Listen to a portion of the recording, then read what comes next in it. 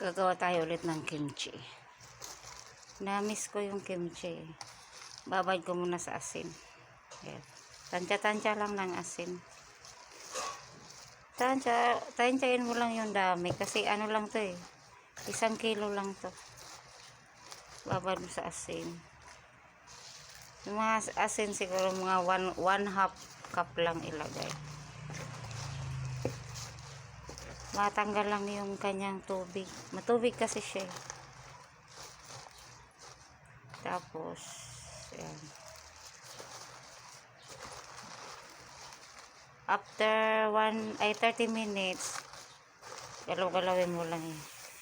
Massage mo lang. Para yung tubig lumabas. Yung katas niya. Babad muna natin. Set aside muna.